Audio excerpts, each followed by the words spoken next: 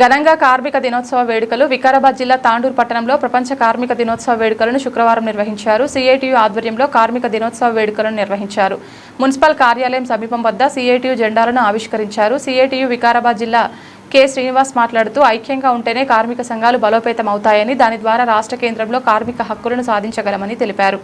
ఈ కార్యక్రమంలో కార్మిక నాయకులు, కార్మికులు తదితరులు పాల్గొన్నారు.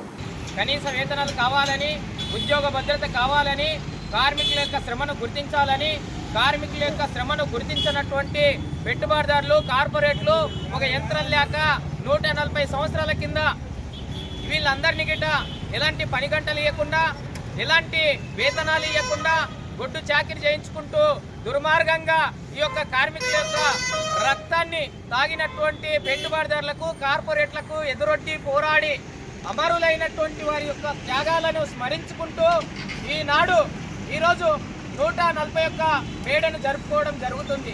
మళ్ళీ 140 సంవత్సరాల కింద ఏ రకంగా అయితే చట్టాలు లేవో, హక్కులు లేవో, కార్మికుల యొక్క శ్రమను గుర్తించకుండా ఒక యంత్రం లేక, పశువులు లేక చూశారో, మళ్ళీ నేటికిట అదే జరుగుతుంది.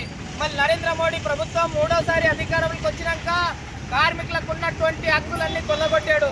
మరి రాష్ట్రంలో ఉన్నటువంటి కాంగ్రెస్ ప్రభుత్వం కార్మిక పక్షపాతి అని కొంతమంది చెప్తారు. నిజంగానే కార్మిక పక్షపాతి అయితే ఈ కార్మికులు కాంట్రాక్టు, అవుట్సోర్సింగ్, డైలీ వేజీ, కనీస వేతనాలకు నోచుకోవడం లేదు.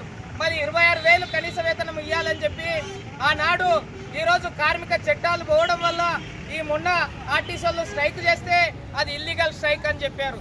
మళ్ళీ నిజంగానే కార్మిక చట్టాలుండి, యూనియన్ పెట్టుకునే హక్కుండి, సమ్మెలు చేసే హక్కుండి, ఈరోజు ఇవన్నీ ఉంటే కార్మికులందరికీ గిట ఈరోజు పెట్టుబడిదారులందరూ ఒక కుట్రపూరితంగా ప్రభుత్వాల్లో చొరబడి ఈ రాష్ట్రంలో, దేశంలో వారికి అనుకూలమైనటువంటి చట్టాలు తీసుకొస్తుండ్రు. మళ్ళీ రైతులకు అనుకూలమైన చట్టాలు ఉంటే వాటి అన్నిటిని తొలగిస్తుండ్రు, కార్మికులకు అనుకూలమైన చట్టాలు ఉంటే వాటి అన్నిటిని తొలగిస్తుండ్రు. ఇప్పుడే అన్నగారు చెప్పినట్లు 29 చట్టాలను మార్చేసిండ్రు కార్మికులకు. మరి ఆ మారవడం వల్ల 4 లేబర్ కోడ్లు తెచ్చారు. అందులో సంఘం పెట్టుకోకూడదు, సమ్మె చేయకూడదు, ధర్నా చేయకూడదు, మళ్ళీ ఇలాంటి ఎన్నో ఆంక్షలు విధించారు. ఇది చాలా దుర్మార్గం.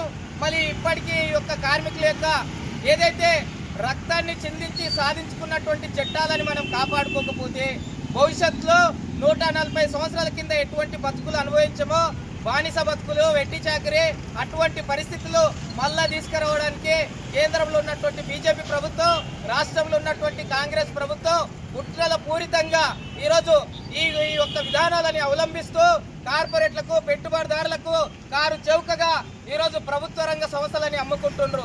మళ్ళీ ఈరోజు వాటి అన్నిటికిట ప్రైవేట్ పరం చేయడం వల్ల పేద ప్రజలకు నష్టం జరుగుతుంది, కార్మికులకు నష్టం జరుగుతుంది, రైతులకు నష్టం జరుగుతుంది. ఈరోజు రైతుల మీద, పేదల మీద, కార్మికుల మీద పెద్ద ఎత్తున పన్నుల భారము, ఒకవైపు ధరల భారము పెంచేసి దుర్మార్గంగా కార్మికుల యొక్క కడుపులు కొడుతున్నారు. మళ్ళీ పైసలు పెంచమంటే, జీతాలు పెంచమంటే బడ్జెట్ లేదంటారు రాష్ట్ర ప్రభుత్వం, కేంద్ర ప్రభుత్వం.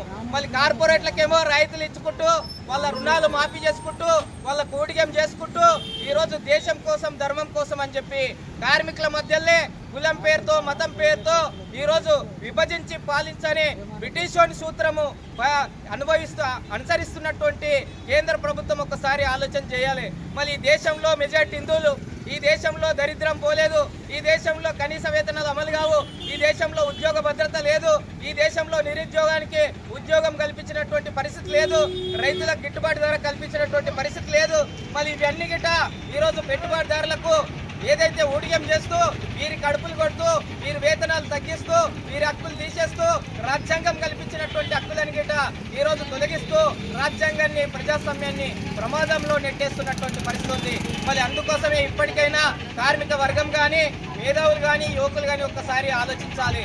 నిజమైనటువంటిది ఆనాడు రక్తాన్ని చిందించి పోరాడి ఏదైతే అమెరికాలోని చికాగో నగరంలో ఎంతో మంది అమరులైతే ఆ అనుభవం, ఆ రకంగా వాళ్ళు త్యాగం చేసి పోరాడి మనకు చట్టాలు అందిస్తే ఆ చట్టాలు ఈరోజు కలం పోటుకొని ఈరోజు కార్మికుల కడుపులు కొడుతున్న మోడీ ప్రభుత్వానికి, పెట్టుబడిదారి ప్రభుత్వానికి, కార్పొరేట్లకు వ్యతిరేకంగా కార్మికులందరూ ఏకమై పోరాడవలసినటువంటి అవసరం ఎంతైనా ఉంది అని చెప్పి ఈ సందర్భంగా గుర్తు చేస్తున్నాం. ఇప్పటికైనా ఇక్కడ ఉన్నటువంటి అనేక మంది స్కీమ్ వర్కర్లు, ఈరోజు కాంట్రాక్ట్ అవుట్సోర్సింగ్ ఉద్యోగులు, కార్మికులు ఆ కష్టాలకు ఓర్చుకొని ఈరోజు శ్రమ చేస్తున్నటువంటి పరిస్థితి ఉంది. మళ్ళీ శ్రమను గౌరవించాలని చెప్తున్నాము, శ్రమను ఖచ్చితంగా గుర్తించాలని చెప్తున్నాము. ఈ ప్రభుత్వాలు ఏవి గిట్ట శ్రమను గుర్తించే ప్రభుత్వాలు కావు. కాంగ్రెస్ అయినా, బీజేపీ అయినా, టీఆర్ఎస్ అయినా వాళ్ళందరి గిట్ట పెట్టుబడిదారులకే ఆలోచించి వాళ్ళకి ఏ రకంగా లాభాలు తెచ్చి పెట్టాలో పనిచేస్తారు తప్ప కానీ కార్మికులకు ఉపయోగం పడే చట్టాలు కానీ, కార్మికులకు ఉపయోగపడేటటువంటి వేతనాలు కానీ పెంచేటటువంటి పరిస్థితి లేదు. మళ్ళీ కేంద్ర ప్రభుత్వం తీసుకొచ్చిన కార్మిక వ్యతిరేక విధానాలు మళ్ళీ రాష్ట్రంలో ఉన్నటువంటి కాంగ్రెస్ ప్రభుత్వం అమలు చేస్తుంది. మళ్ళీ ఈరోజు కార్మికులని చీల్చడం కోసము వాళ్ళు ఒక సంఘం పెట్టుకొని మేము గిట్ట కార్మిక ఓట్లు ఎక్కడ మళ్ళీ వేయకుండా అవుతారని చెప్పి మేము గిట్ట కార్మిక సంఘం పెట్టి మేము గిట్ట మేడే చేస్తాం. మేడకు వారసులు ఎవరు? ఎర్ర జెండా వాళ్ళు. ఆ రోజు త్యాగం చేసిన వాళ్ళు ఎవరు? ఆ రోజు ఎంతో మంది అమరులైనటువంటి వాళ్ళు ఎర్ర జెండా బిడ్డలు కాదా అని అడుగుతున్నాం.